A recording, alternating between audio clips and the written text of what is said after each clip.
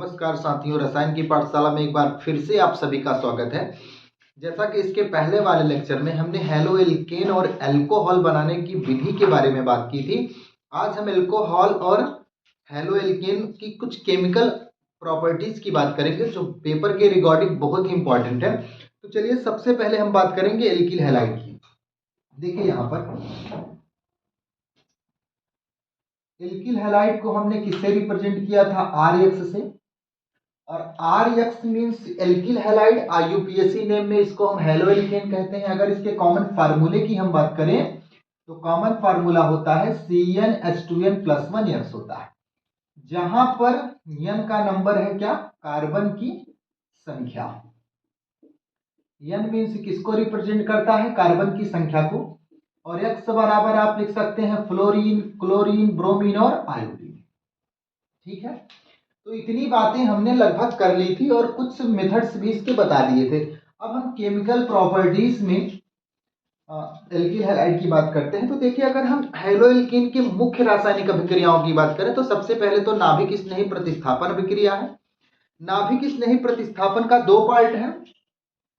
एक को कहा जाता है नंबर 1, देखिए SN1, ब्रैकेट में अगर हम लिखें तो एका अणुक एका अणुक अभिक्रिया, SN1 अभिक्रिया अर्थात एका अणुक अभिक्रिया। अगर सेकंड की हम बात करें तो SN2 अर्थात द्वि अणुक अभिक्रिया। द्वि अणुक अभिक्रिया, ध्यान से समझिए। नाभिक स्नेही प्रतिस्थापन अभिक्रियाएं हेलो एल्केन की दो प्रकार की होती हैं फ्रेंड्स। नंबर 1 SN1 कहा जाता है, नंबर 2 क्या कहा जाता है? SN2 अभिक्रिया। अगर हम सबसे पहली बात करें SN1 की, तो डेफिनेशन की अगर हम बात करें SN1 की, तो वह रासायनिक अभिक्रिया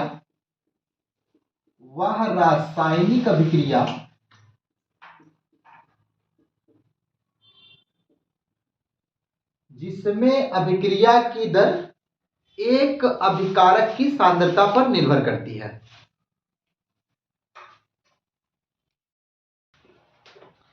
देखिए ध्यान से, वह रासायनिक अभिक्रिया जिसमें अभिक्रिया की दर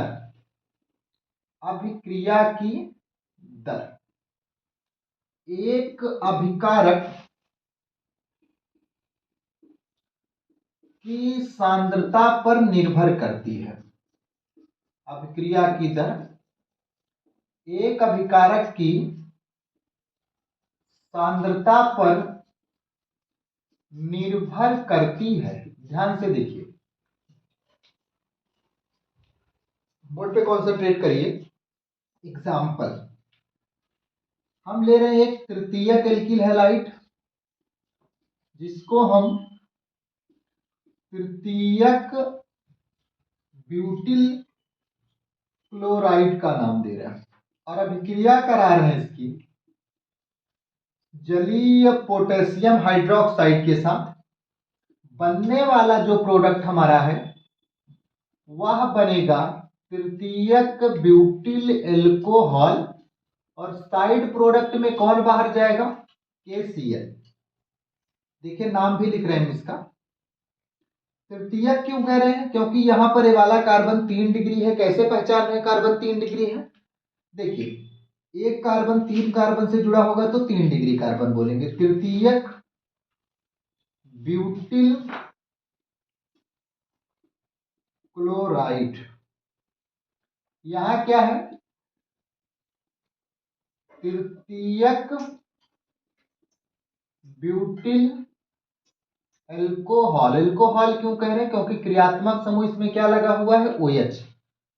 तो रिएक्शंस आप लिखिए, फिर हम बात करेंगे SN1 अभिक्रिया के मैकेनिज्म की। किसकी बात करेंगे? SN1 अभिक्रिया के मैकेनिज्म की। मोस्ट इंपॉर्टेंट है, प्रीवियस ईयर पेपर में दोनों की क्रियाविधि पूछी गई थी। तो आप जल्दी से स्क्रीनशॉट लीजिए तो हम आगे की ओर चलें।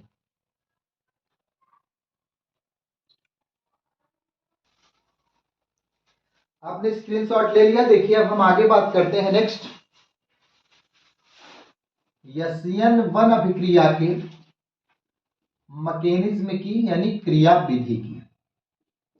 अगर SN1 अभिक्रिया के मैकेनिज्म की हम बात करें तो SN1 अभिक्रिया 2 स्टेप में कंप्लीट होती है। कितने स्टेप में? 2। अगर हम फर्स्ट स्टेप की बात करें, स्टेप नंबर फर्स्ट की बात करें तो लिखेंगे हम पहले चरण में कार्बोकेटायन बनता है। पहले चरण में carbocation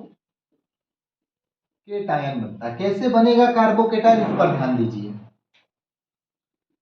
CH3 single bond CH3, single bond CH3, यहां पर है Cl। रिएक्शन का स्पीड कैसा होगा? पहले स्टेप का स्लो। क्लोरीन कार्बन से इलेक्ट्रॉन अपनी ओर अट्रैक्ट करेगा और Cl माइनस फॉर्म में कहा निकल गया? बाहर। ठीक है, यहां क्या बचा? CH3C। चूंकि यहां कार्बन बन गया इलेक्ट्रॉन देने वाला तो इस पर आ गया पॉजिटिव और क्लोरीन पर क्या आ गया? निगेटिव। इसको बोलेंगे हम कार्बोकेटायन। सेकेंड स्टेप देखिए, दूसरे चरण में बना कार्बोकेटायन, दूसरे चरण में बना कार्बोकेटायन नाभिक स्नेही से योग करता है। नाभिक स्नेही से योग करता है। देखिए योग कैसे करेगा? CH3 single bond CH3 carbon पर आया है प्लस और इसने योग किया किससे? OH माइनस से। तो माइनस तो ऊपर होगा। ठीक है, सेकेंड स्टेप रिएक्शन कैसी होगी? फास्ट, और बन जाएगा तृतीयक एल्कोहल। तो आपने देखा हैलोजन को विस्थापित करने में किसी भी नाभिक स्नेही का योग नहीं था। तो हम बोलेंगे जो एल्किल अभिक्रिया का जो रेट ऑफ रिएक्शन है, रेट ऑफ रिएक्शन यानी अभिक्रिया की जो दर है वह डायरेक्टली प्रोपोर्शनल है किसके? RX के, मीन्स एल्किल हैलाइड के। इसका मतलब अभिक्रिया की दर किस पर निर्भर करेगी? केवल एल्किल हैलाइड पर, OH पर निर्भर नहीं करेगी। इसलिए इस अभिक्रिया को हम क्या बोलते हैं? SN1 अभिक्रिया। क्या बोलते हैं? SN1 अभिक्रिया। तो जल्दी से स्क्रीनशॉट लीजिए, हम नेक्स्ट टॉपिक की ओर बढ़ते हैं।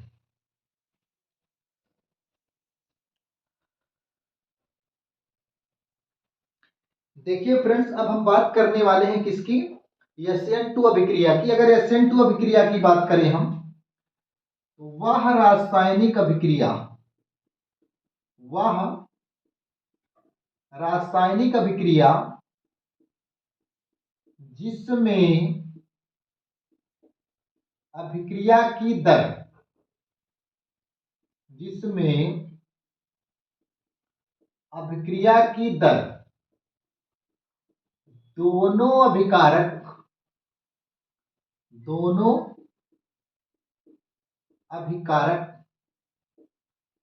की सांद्रता पर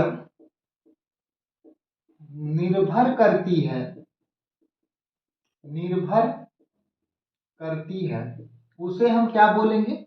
SN2 अभिक्रिया। एग्जाम्पल देखिए, जैसे मेथिल ब्रोमाइड की अभिक्रिया हम जलीय पोटेशियम हाइड्रोक्साइड के साथ कराएं, OHBr को विस्थापित करेगा और स्वयं उसका स्थान लेकर मेथिल एल्कोहल बना लेगा। क्या बना लेगा? Methyl alcohol.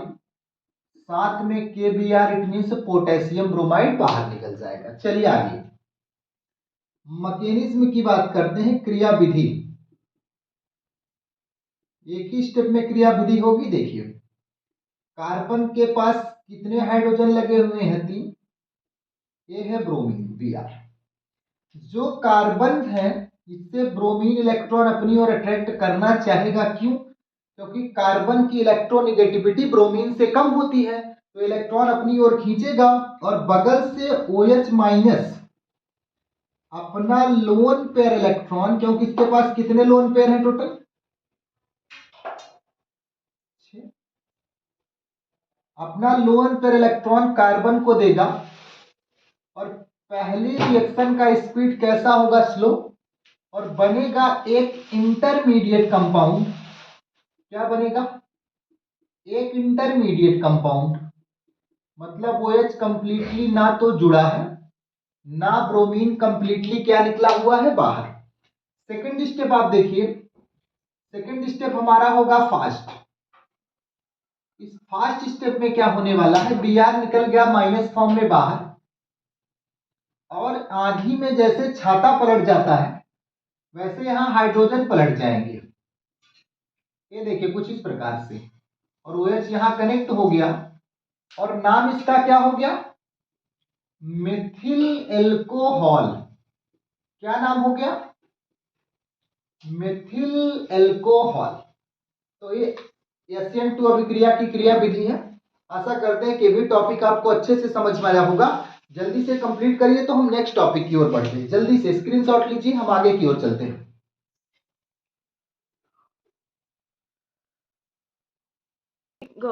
चलिए नेक्स्ट हम अगली इंपॉर्टेंट हेडिंग की बात करते हैं, जो एल्किल हैलाइड की सेकंड केमिकल प्रॉपर्टीज है, जिसका नाम क्या है? हेलोजिनेशन, सॉरी डिहाइड्रोहेलोजिनेशन, यानी विहाइड्रोहेलोजनीकरण। देखिए विहाइड्रोहेलोजनीकरण से क्या मतलब है? विहाइड्रो मतलब हाइड्रोजन, हेलोजनी मतलब हेलोजन, यानी इस अभिक्रिया में हाइड्रोजन और हेलोजन का विलोपन होगा। पासवर्ड क्या है इसका? HX का क्या होगा? विलोपन होगा। अब होगा कैसे विलोपन? ध्यान से देखिए। अगर हम परिभाषा की बात करें तो देखिए, आप रिटन थ्योरेटिकल बोल देंगे, परिभाषा आप लिख लीजिएगा। CH3CH2Br, इसका नाम क्या है? Ethyl bromide. Ethyl bromide it means alkyl halide. Ethyl bromide की अभिक्रिया हमको करवानी है एल्कोहलिक पोटेशियम हाइड्रोक्साइड के साथ। सबसे बड़ा कॉन्सेप्ट, जली होता तो OHBr को रिप्लेस कर देता, बट एल्कोहलिक पोटेशियम हाइड्रोक्साइड है, तो जिस कार्बन से Br लगा है उस कार्बन के बगल जस्ट दूसरे कार्बन से निकलेगा एक हाइड्रोजन, और जिस कार्बन से हेलोजन लगी है, सपोज ऐसे कर, इसको माने अल्फा, इसको क्या माने? बीटा। तो अल्फा से निकलेगा हेलोजन और बीटा से निकलेगा हाइड्रोजन। तो ध्यान से देखिए, जब एक H यहां से निकल गया तो बचा क्या? CH2, और दोनों कार्बन के मध्य क्या आ जाएगी? Double bond. जो HBr बाहर निकला है, HOH मिलके बना लेगा H2O, और KBr मिलके बना लेगा पोटेशियम ब्रोमाइड। तो फिर से सुनिए, अगर एल्किल हैलाइड की अभिक्रिया एल्कोहलिक पोटेशियम हाइड्रोक्साइड के साथ आप कराएंगे तो हमेशा प्रोडक्ट फॉर्म में आपको एल्कीन मिलेगी। अगर यहाँ प्रोपिल ब्रोमाइड लेते तो प्रोपीन मिल जाती, ब्यूटिल ब्रोमाइड लेते तो ब्यूटीन मिल जाती, और एथिल ब्रोमाइड लिए तो एथीन मिल जाएगी। कोई समस्या नहीं है। तो चलिए हम थर्ड हेडिंग की बात करते हैं, ये भी इंपॉर्टेंट है। KCN पोटेशियम साइनाइड या तथा AgCN से अभिक्रिया पोटेशियम साइनाइड तथा सिल्वर साइनाइड से अभिक्रिया, दोनों में एक ही डिफरेंट है। अगर हम CH3CH2Br एथिल ब्रोमाइड और एल्किल हैलाइड, एथिल ब्रोमाइड की अभिक्रिया अगर हम कराएं किसके साथ? पोटेशियम साइनाइड के CN के साथ, तो CN Br को रिप्लेस करेगा, उसके प्लेस पर आ जाएगा, और साइड प्रोडक्ट में KBr। वैसे इसको 1 2 3 प्रोपेन नाइट्राइल भी लिख सकते हैं, और वैसे एथिल साइनाइड है। क्या है? Ethyl cyanide. तो देखिए दोनों नाम, सिंपल नाम तो एथिल साइनाइड हो गया, सिंपल नाम क्या हो गया? Ethyl cyanide. IUPAC, इसका भी कार्बन काउंट होगा 1 2 3 कार्बन, 3 कार्बन को बोलेंगे प्रोपेन। अब पहले नंबर पे नाइट्राइल है तो प्रोपेन 1 नाइट्राइल हो जाएगा,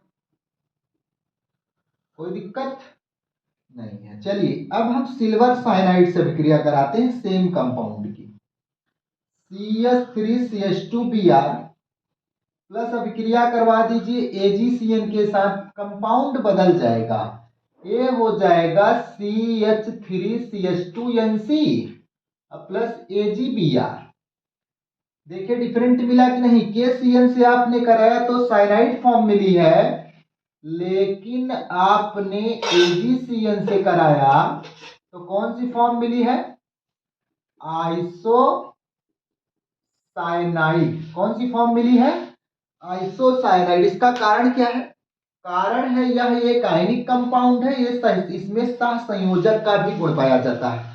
ये पूर्ण रूप से आयनित हो जाता है लेकिन एक कंप्लीटली आयन फॉर्म में ब्रेक नहीं होता, इसी कारण सिल्वर साइनाइड से आइसोसाइनाइड बन जाता है और KCN से एथिल साइनाइड। कोई दिक्कत? अच्छा एक चीज और, जो CN है यह उदंती नाभिक स्नेही में आता है। क्यों? क्योंकि इसमें 2 इलेक्ट्रॉन उपदाता का कार्य करते हैं, कार्बन भी और नाइट्रोजन भी, इसलिए इसको उदंती नाभिक स्नेही भी कहते हैं। तो डिफरेंट भी आपको अच्छे से समझ में आया होगा। आप इस स्क्रीनशॉट लीजिए तो हम आगे की ओर बढ़े, जल्दी से स्क्रीनशॉट लीजिए।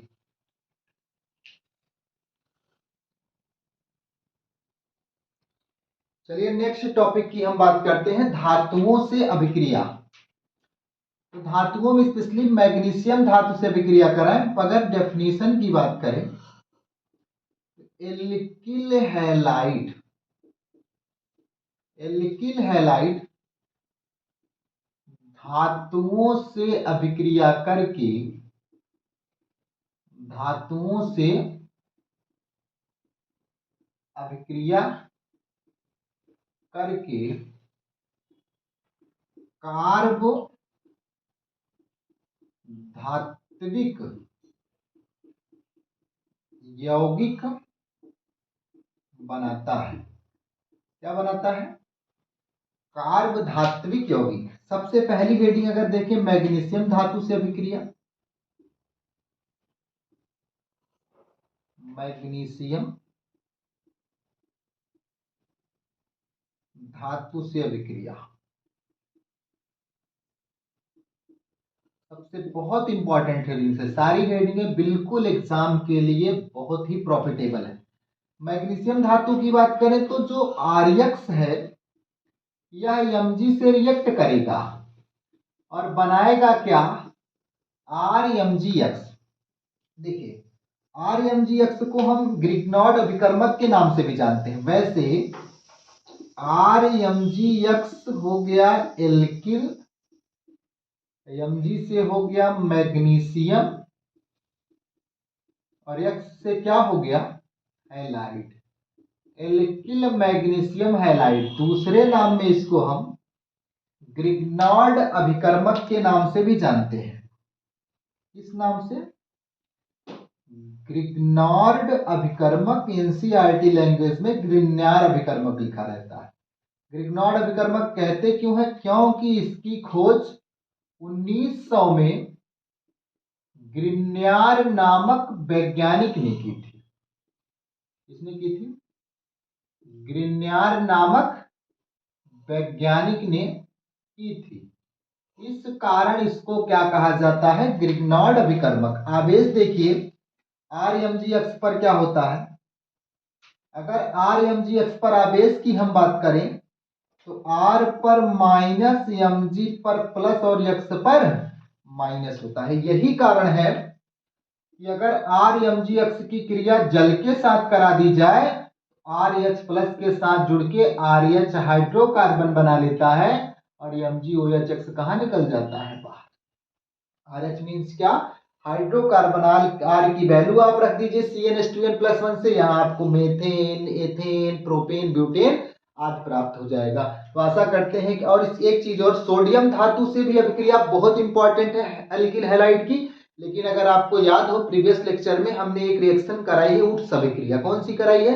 उट्स अभिक्रिया। उट्स अभिक्रिया भी हेलो एल्केन की ही एक केमिकल प्रॉपर्टीज है, जहां पर हमने सोडियम धातु से अभिक्रिया करवाई तो उसकी ईथर की उपस्थिति में हमको एल्केन मिलता है। तो वहां से आप उट्स अभिक्रिया पढ़ लीजिएगा, इसका स्क्रीनशॉट लीजिए। हम आगे नेक्स्ट टॉपिक की ओर बढ़ते हैं, जिसका नाम क्या है? एल्कोहल के रासायनिक गुण। वहां भी कुछ इंपॉर्टेंट हेडिंग्स हैं जिसका हम डिस्कस करते हुए आगे की ओर बढ़ेंगे। चलिए जल्दी से स्क्रीनशॉट लीजिए। चलिए, अब हेलो एल्केन का रासायनिक गुण अभी तक आपने देखा। अब हम बात करेंगे नेक्स्ट टॉपिक की। देखिए ध्यान से क्या लिखा हुआ है, एल्कोहल के रासायनिक गुण। स्टार्ट करेंगे हम कहां से? OH की H विस्थापन अभिक्रिया। क्या? OH की H विस्थापन अभिक्रिया। देखिए क्रियात्मक समूह OH का H विस्थापित होगा एल्कोहल में। प्रीवियस लेक्चर में एल्कोहल होता क्या है, बनाने की विधि का मेंशन हमने किया था, वहां पे जिक्र किया था। अभी आप देखिए एल्कोहल की रासायनिक गुण। चलिए सबसे पहली हेडिंग की हम बात करें, क्षार तथा, क्षार नहीं प्रबल क्षार की बात करेंगे हम। प्रबल क्षार तथा क्षार धातुओं से अभिक्रिया। क्षार धातुओं से अभिक्रिया। देखिए अगर एल्कोहल की अभिक्रिया प्रबल क्षार तथा क्षार धातुओं के साथ हम कराएं तो ऑलवेज आपको प्रोडक्ट फॉर्म में एल्कोक्साइड मिलेगा। क्या मिलेगा? एल्कोक्साइड। देखिए एल्कोहल का फॉर्मूला क्या होता है? ROH। ये क्या है? एल्कोहल। अभिक्रिया करवा दें। चलिए ऐसे कराते हैं तो आपके लिए थोड़ा सा इजी हो जाएगा और एक ही स्टेप में दोनों रिएक्शन। देखिए ROH, ठीक है, प्लस अभिक्रिया किसके साथ करानी है? दो कंपाउंडों के साथ। एक तो करानी है क्षार धातु, एक करानी है प्रबल क्षार यानी सोडियम हाइड्रोक्साइड और पोटेशियम हाइड्रोक्साइड।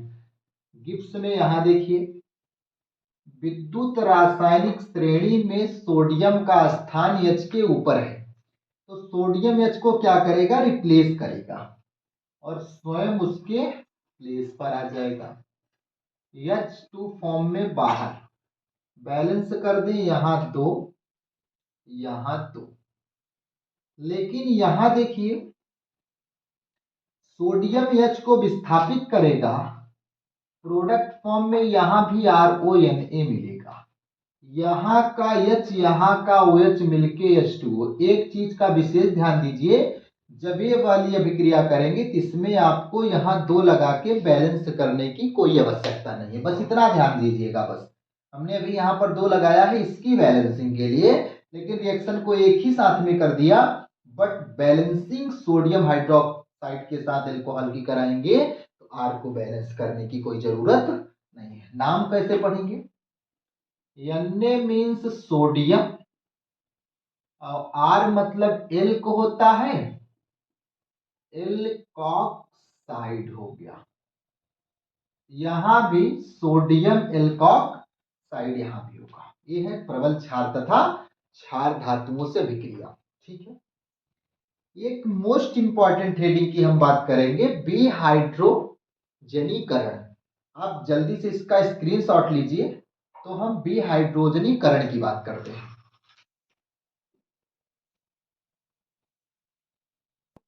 देखिए फ्रेंड्स, सेकेंड हेडिंग हमारे पास है विहाइड्रोजनीकरण। Most most most important. विहाइड्रोजनीकरण में क्या होगा? हाइड्रोजन का अणु कहां निकलेगा? बाहर। देखिए सबसे पहले हमने लिया प्राथमिक alcohol, it means ethyl alcohol. प्राथमिक alcohol it means ethyl alcohol. ठीक है, आर की वैल्यू हमने यहां 2 कार्बन रख दी।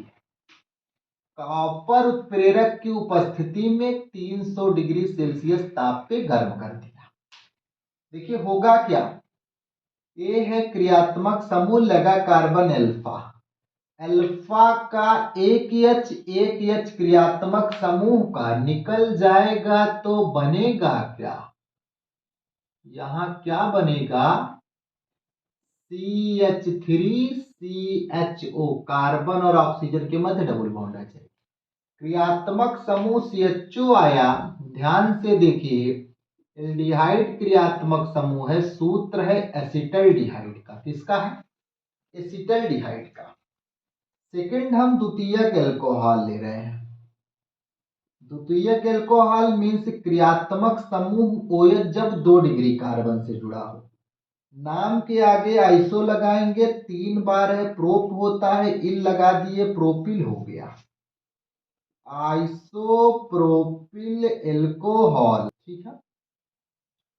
यहां उत्प्रेरक में क्या लगाए हम, कॉपर, वही 300 डिग्री सेल्सियस ताप, एक एच यहां से एक एच अल्फा से निकल जाएगा, H2 तो चला गया बाहर, तो बचा क्या फ्रेंड्स, आप भी ध्यान से देखिए, यहां बचा है CH3, यहां बचा C के साथ ऑक्सीजन डबल बॉन्ड में, ऊपर CH3, ध्यान से देखिए 2 कार्बन के बीच में कार्बोनिल समूह कीटोन है, वैसे सिंपल नेम में तो इसको हम एसीटोन कहते हैं, क्या कहते हैं, लेकिन वैसे अगर इसका नाम देखें हम, 1 methyl 2 methyl di methyl ketone बोल सकते हैं। IUPAC नाम में हम क्या जोड़ते हैं, ओन, तो 2 प्रोपेनोन भी हो जाएगा, 1 2 दूसरे नंबर पे क्रियात्मक समूह है डाई मेथिल कीटोन।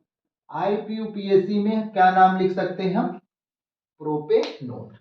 तो आशा करते हैं कि ये दोनों भी आपको टॉपिक समझ में आया होगा। एक चलिए इसी में और बात कर लेते हैं, तीसरा, एल्कोहल का निर्जलीकरण, क्या बात कर ले रहे हैं, एल्कोहल का निर्जलीकरण। देखिए ध्यान से, अगर हम एल्कोहल का निर्जलीकरण कराएं तो सबसे इंपॉर्टेंट में जो है एल्कोहल के निर्जलीकरण में, उसमें उत्प्रेरक में आपको कॉन्संट्रेटेड H2SO4 सांद्र H2SO4 लेना है, टेम्परेचर 160 से 170 डिग्री सेल्सियस ताप, ठीक है। अल्फा कार्बन से निकलेगा OH, अब बीटा कार्बन से एक HOH मिलके कहां चले गए, H2O फॉर्म में ना, तो बचा क्या, CH2 double bond CH2, it means alkene.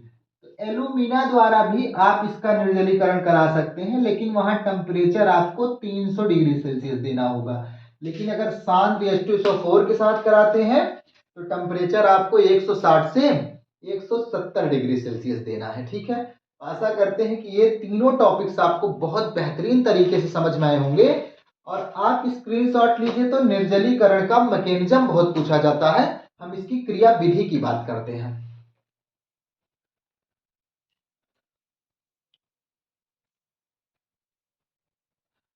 तो अल्कोहल और हेलोल्केन की इंपॉर्टेंट केमिकल प्रॉपर्टीज, आशा करते हैं कि आपको बेहतरीन तरीके से समझ में आई होगी। अगर समझ में आई है तो चैनल को फ्रेंड्स लाइक करिए, शेयर करिए, सब्सक्राइब करिए और पढ़ना स्टार्ट करिए। अभी तक नहीं पढ़ा तो आज से शुरू कर दीजिए, क्योंकि पेपर आपका बहुत ज़्यादा दिन नहीं है, 22 फरवरी से आपका बोर्ड पेपर स्टार्ट है और केमिस्ट्री सबसे अंतिम में है, सबसे लास्ट में। टाइम आपके पास अभी भी बहुत है। जो भी बच्चे अभी तक कुछ भी नहीं पढ़े हैं वो हमारे यूट्यूब चैनल पर आए और एक एक सेशन को आप कंप्लीटली देखिए। बोर्ड पेपर देकर आएंगे तो आप बिल्कुल एहसास करेंगे कि जो सर ने बताया था रूबरू वही सारे क्वेश्चंस हमको बोर्ड के पेपर में देखने को मिले हैं। तो वैसे 2-3 लेक्चर फ्रेंड्स और हम कंप्लीट कराते हुए आपको अनसॉल्व पेपर से इंपॉर्टेंट क्वेश्चन सॉल्व और इंपॉर्टेंट क्वेश्चन सॉल्व करवाएंगे। जैसे प्रश्न पूछा जाता है क्या होता है, कैसे प्राप्त करेंगे, केवल रासायनिक समीकरण दीजिए, कैसे प्राप्त करेंगे, उसकी एक बेहतरीन ट्रिक्स 1 मिनट में आप समझ लेंगे कि कैसे हम रिएक्शंस को करें। चलिए फ्रेंड, धन्यवाद, शुभ रात्रि।